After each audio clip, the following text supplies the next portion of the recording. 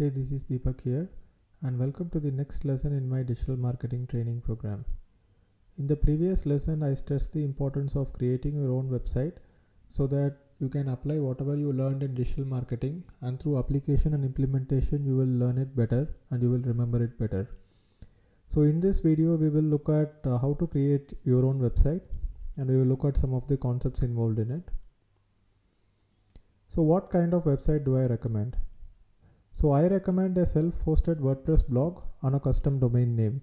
So this is the kind of website that I recommend that you install so that you can learn digital marketing. I recommend this because WordPress is the best content management system that is available on the internet.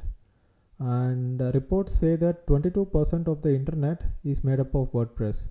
So it's obviously the best content management system. And the good thing about is that it's an open source software, which means that you need not pay them anything to install it on your website, and it is developed by a group of developers who are spread all over the world. And also another advantage is that the WordPress community is so large that people have developed a lot of free and paid plugins which can integrate with WordPress, which will enhance your website. So normally bringing out some capabilities of website, adding a lot of premium features would cost a lot of money in terms of development, but with WordPress it's very easy.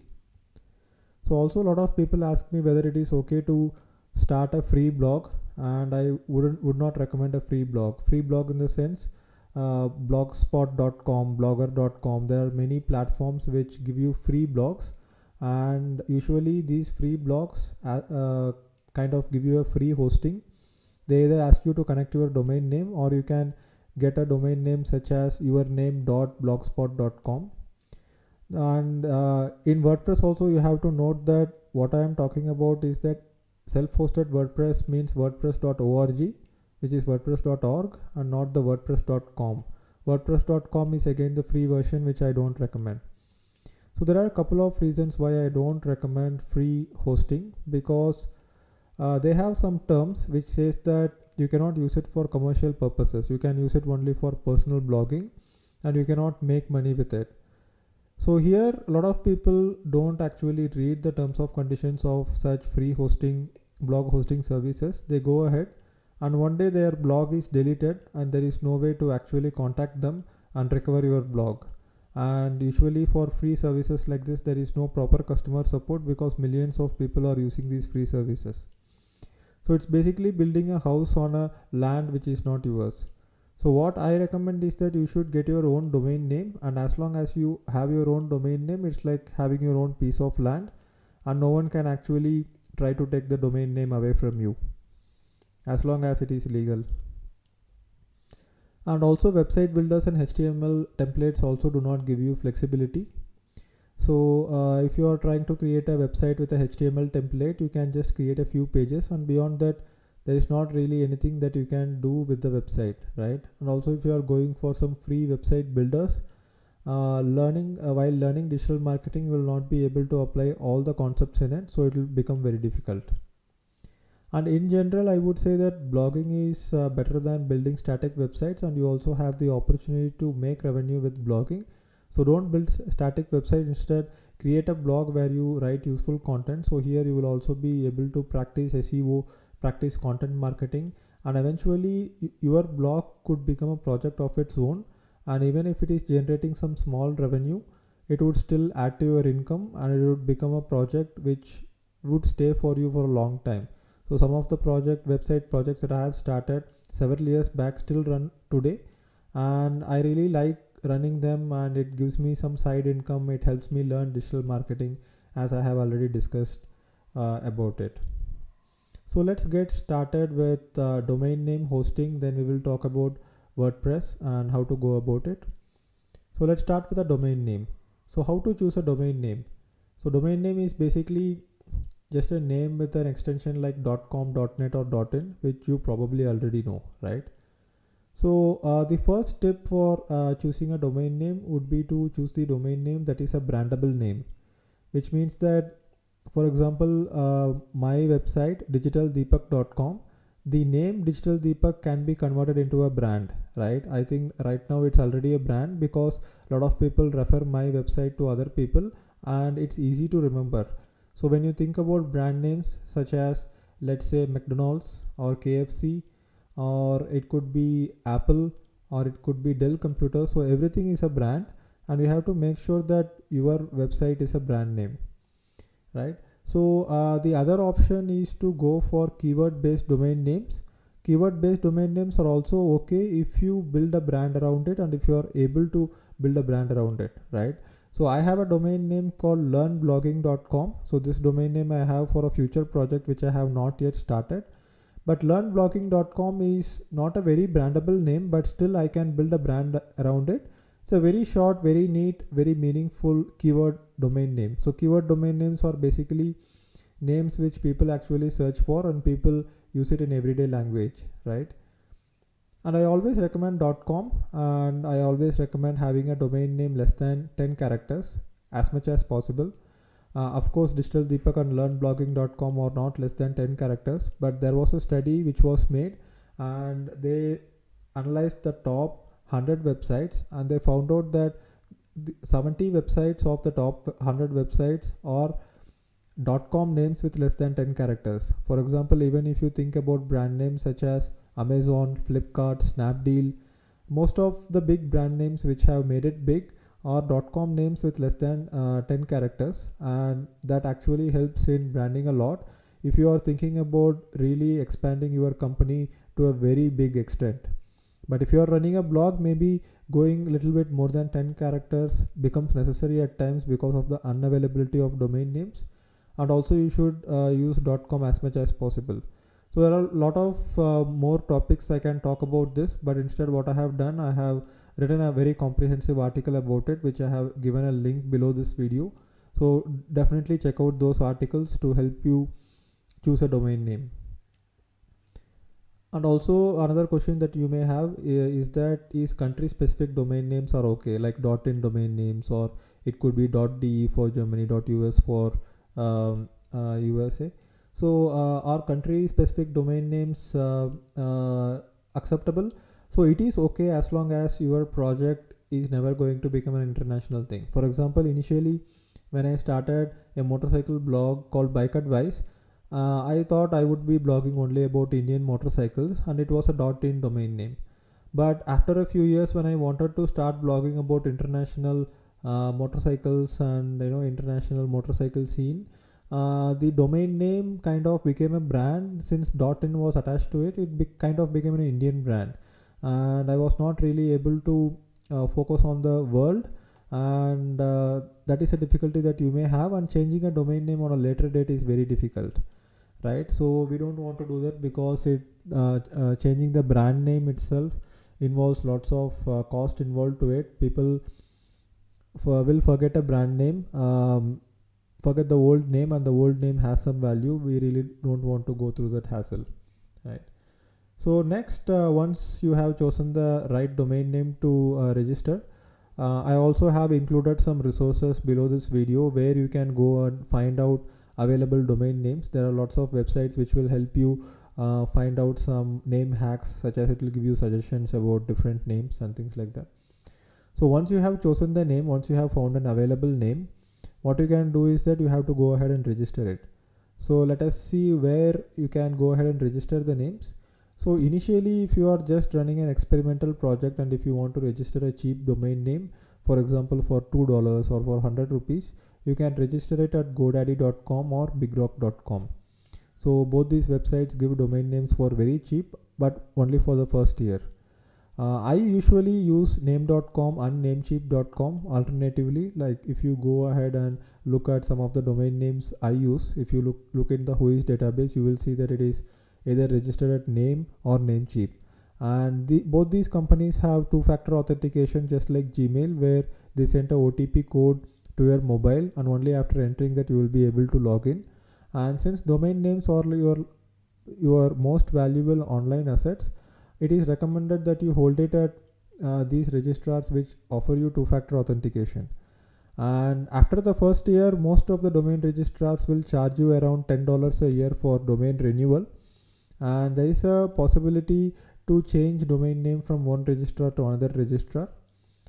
Also make sure that you have a very good customer support with whatever domain name registrar that you choose. You can also go ahead and choose some other registrar if you are comfortable with. And if you are registering your domain name at GoDaddy in the first year for very cheap, let's say for 99 rupees or 110 rupees, after 1 year or immediately after 2 months, you can transfer the domain name from GoDaddy to name.com, and the transfer process is very simple. It's just like mobile number portability. It's called domain portability. You just need to go through step-by-step process, and if you contact the customer support, they will help you with it.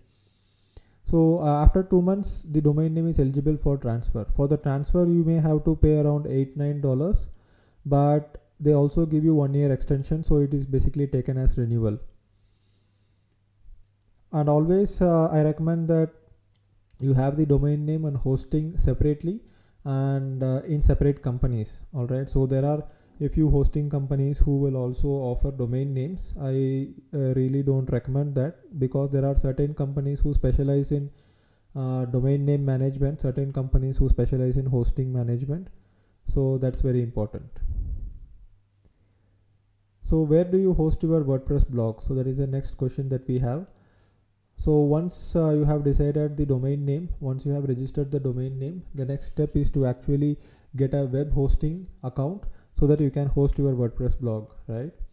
So I recommend this company called HostGator.com. I use HostGator for many of my websites, not for digitaldeepak.com though, I will tell you why. But HostGator.com is really good for starter websites, and they have a plan called Baby Plan. So they have a Hatchling Plan, Baby Plan, and Business Plan. So Hatchling Plan will allow you to host only one website. Baby Plan will be marginally little bit more costly than the Hatchling Plan, but Baby Plan will allow you to add multiple websites. You can add 10, 20, 30 websites and install 30 WordPress blogs in the same hosting account. And usually when you look at many hosting companies such as HostGator and many competing hosting companies, they would say that they give you unlimited bandwidth, they give you unlimited this, unlimited that. In reality, there is no such thing as unlimited. Though they market it in such a way that it is unlimited, eventually they will ask you to pay if you get a lot of traffic. So if you get more than 500 visitors a day to your blog, and if you need higher page load speed, you can go for managed WordPress hosting. And I also have given recommendations for managed WordPress hosting below this video, so you can definitely go and check that out. I personally host my website in a managed WordPress hosting, and the hosting company is called trafficplanet.hosting.com. And HostGator also can accommodate 500 visitors a day without any problem, even 1000 visitors a day, but the page load speed will not be great. And page load speed is very important if you are serious in your blogging project, because the better page load speed means better user experience, and also you will get more search engine traffic to your blog if the page loads faster. So search engine consider page load speed as one of the factors for ranking the website. So faster websites rank better. So for 10,000 plus visitors a day, if you get for your website, VPS or dedicated servers are good options. For example, when I was running my motorcycle website, I was using a VPS server, and I also have given some recommendations for hosting companies which give very good VPS servers and dedicated servers. So technically you need not really worry about what VPS and dedicated servers are. As marketers and digital marketers, you just need to know the basics, right? So I really don't want you to go ahead and think about it in a very deep technical way. So then you have to link your domain name and hosting. So I told you that you have to hold your domain name in a separate company and hosting in a separate company, and you have to link both of them. So to make you understand, let me give you a simple example.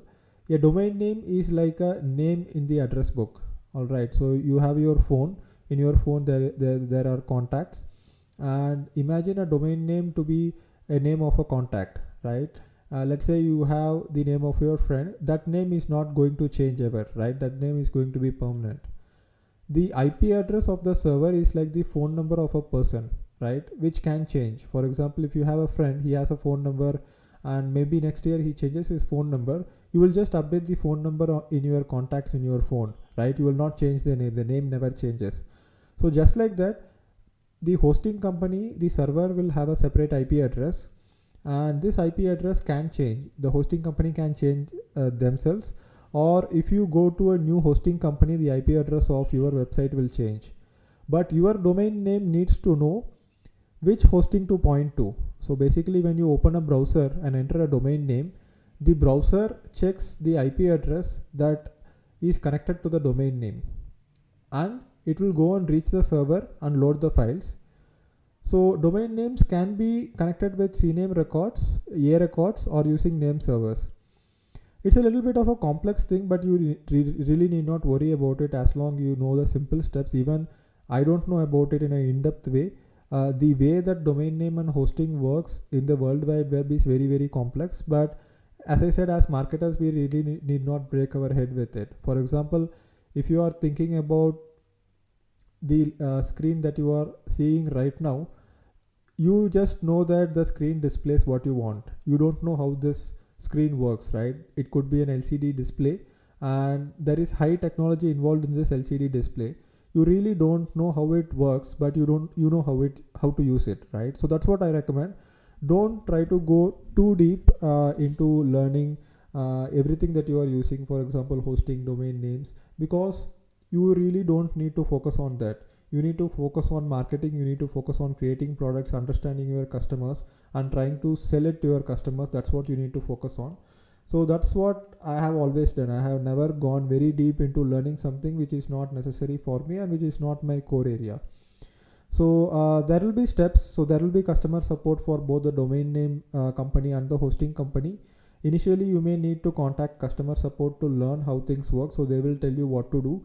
For example, once you sign up for a hosting company, they will give you something called name servers. You just need to go into your domain name dashboard and enter the name servers in your domain name, so that this domain name knows that this is the hosting that it has to get connected to. And once this gets done, the next step is to install the WordPress blog. So installing WordPress blog is also a little bit of a process which you have to learn. I have given link to an article below this video which tells you how to install a WordPress blog. So go ahead and do it. So let's look at what are all the tasks for today's lesson. So go ahead and purchase your domain name. Maybe you have already purchased a domain name. Next, you can go ahead and purchase web hosting from HostGator. So I have a partnership with HostGator where they pay me a commission every time I refer a customer to them. It's not just for that I am referring HostGator. Even my own websites are at HostGator. For example, some of my websites, deepak.biz and techblogger.com, carbeam.com. So you can go and check. You will see that it is hosted at HostGator. I really recommend them. So you can use this coupon code Digital Deepak while you are checking out. It will give you a $10 discount, exactly $9.94. So first month you can actually just pay 1 cent. So 1 cent in Indian rupees is like 65 paise right now. And for 1 month it will be free. You can go ahead and experiment with it if you want. And next, once you sign up for a HostGator account, you have to link your domain name and web hosting account. Go through support articles and find out how to link it, find out the exact process. And once both of them are linked, if you visit your domain name, you should be able to see the HostGator page load. And next, you have to install WordPress blog manually on your hosting. So it's a little bit of a process where you have to download the files from WordPress, install it on your hosting, and you need to do a little bit of configuration there. So exact steps involved in it, I have written an article about it, and I have given the link to the article below this video as well. So that's it for today. Go ahead and create your WordPress blog, and all the best, and welcome to the blogging journey that you are going to get started with today. So that's it for today's lesson, and if you have any questions, contact me, leave a comment below, or you can go ahead and post it in our Facebook forum where we learn digital marketing. And that's it for today's lesson. So see you in the next lesson. Bye bye.